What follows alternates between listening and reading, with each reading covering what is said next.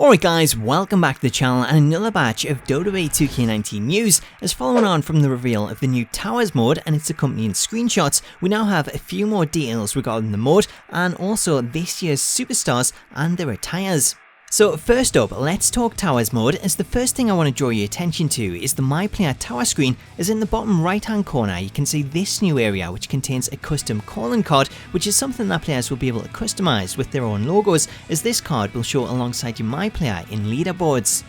Also on this screen you can see down at the bottom a link to the loot pack store, where players can buy loot packs to unlock items for the My Player, as well as buff cards to give them boosts in matches such as increased strength, stamina and even starting out with a stored finisher. As for whether these loot packs are free using in-game VC remains to be seen. However, 2K's parent company Take-Two did state during their earnings call earlier this year that they plan to have all new titles feature microtransactions, which is a fancy way of saying that you'll be able to buy things for real money in the game. Therefore, whilst we don't know for sure, it is definitely a possibility and could even be something indicated in the screenshot, as you can see what looks to be black and red credits above the boost and payback section. Therefore, the black could be the free credits and the red paid, similar to how in FIFA you have coins and then FIFA credits to spend on packs. Also, before I move on, I just want to touch on the gauntlet option, as we know that gauntlet matches will be used in some of the towers, as you'll take on all competitors in a gauntlet tower one after the other in a gauntlet match, which should hopefully mean that gauntlet matches will also be returning to the series for exhibition matches.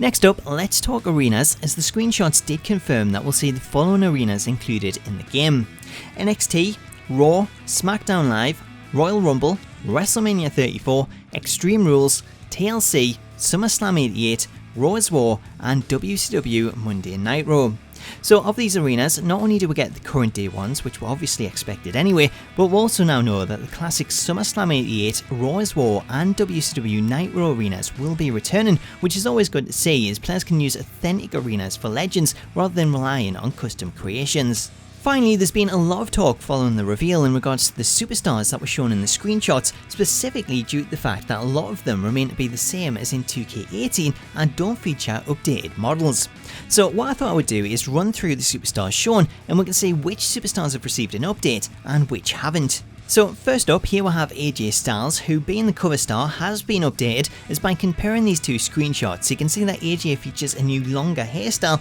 as well as an updated attire which is taken from WrestleMania 34. Next we have Andre the Giant, who when comparing the screenshots appears to be the same as in 2K18, as there's no visible difference. Then comes Asuka, who when comparing these photos, I would say it looks as though she has been rescanned, as the face does look slightly different and more realistic in my opinion, plus when looking at the hair, that too looks as though it has received an update.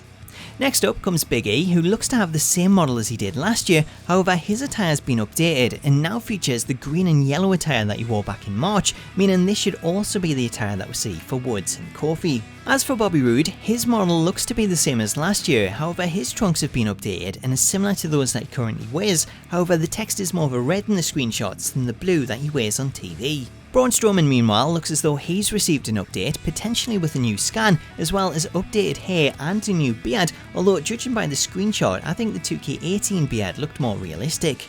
Next up we have Brock Lesnar, however his model appears to be exactly the same as it was last year. Also the same, at least in the face, we have the retro version of Chris Jericho, and then we have one that I've seen a lot of people complaining about with Daniel Bryan's model, as that doesn't appear to feature any updates at all, with the same model and attire that we've seen for the last few years. Also the same, we'll have Eddie Guerrero, who features the same attire that he did in 2K18, and then we'll have John Cena, who despite having his newer green attire that we've seen at WrestleMania, Cena's face and hair appears to remain the same, which is a bit of a surprise, as I thought we'd see more of an update to his model, with him growing out his hair to be more like it used to be. Next up we have Carl Anderson, who looks very similar to last year, however he does have an updated attire, as Anderson features his Too Sweet attire that he wore at the Royal Rumble. As for Kurt Angle, this model of Kurt is the same one as last year, however with this one being a retro version, that could be the reason, as I would expect to see a current day version of Kurt also included with his updated wrestling attire. Now this next one is an interesting one, as here we have Macho Man Randy Savage,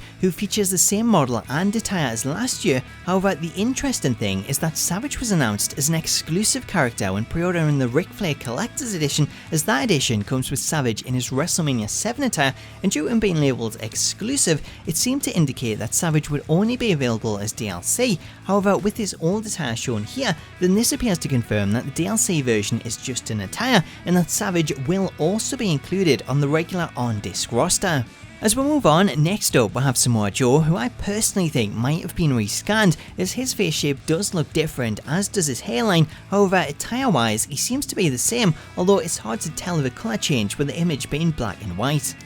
Last year's cover star is up next, as we'll have Seth Rollins, who I think is harder to tell if he's been updated, as his face does look the same, although I can't tell if his hair is actually different and swept back, or if it's just that the image is a lot lighter, which isn't really a bad thing, as his hair last year was really dark, and I think that made it look very generic in my opinion. As for Stone Cold, his model looks to be the same as last year, aside from maybe a material change in his jacket, with The Rock 2 also having the same model as he did last year, as does The Undertaker, although his attire has been updated slightly to match his recent appearance at WrestleMania 34. Again the same, and someone else that people have been complaining about is Trish Stratus, who has had the same attire now for a few years and badly needs updating, both with the attire and the hair to give it a fresh look, as seeing the same model again feels a little bit lazy. Another star who is exactly the same is the Ultimate Warrior, who also features his attire from last year, and with all the different warrior attires available to choose from, this one too seems like a waste to use the same attire as last year. Finally, the last superstar that we see is Vader, who I think has the same model itself. However, you can tell from the shape of the mask that has been updated and appears to be his more commonly used red version. So there you go, that is a run through of all the different attires that we know so far and the apparent updates to the models and the rescans, which if I'm honest I can see why people are complaining, as there is a lot of superstars who look the same. However, I don't think 2K have done themselves any favours by showing legend models, as obviously with these being legends then they are going to look very similar for the most part. What I will say though is that even though we're around 2 months away from the release, these may not be the final attires, as a lot of these could just be placeholders for the time being, meaning there is a chance that we could see an updated Brian or Trish Stratus, however only time will tell. Anyway guys, I hope you've enjoyed this in-depth look into the screenshots and the models, and if you did then I would really appreciate it if you could give the video a thumbs up to show your support. Also, if you're new to the channel then please do hit that subscribe button and turn on notifications, as I'll have a lot more WWE 2K19 news coming your way each and every week in the lead up to release. Until next time though, let me know your thoughts on this video in the comments and your thoughts on the models. Do you think we'll see more updated? And what do you think of the models that have received updates? Are they better or worse? Let me know your thoughts in the comments, and most importantly, have yourself a truly awesome day, and I'll catch you later.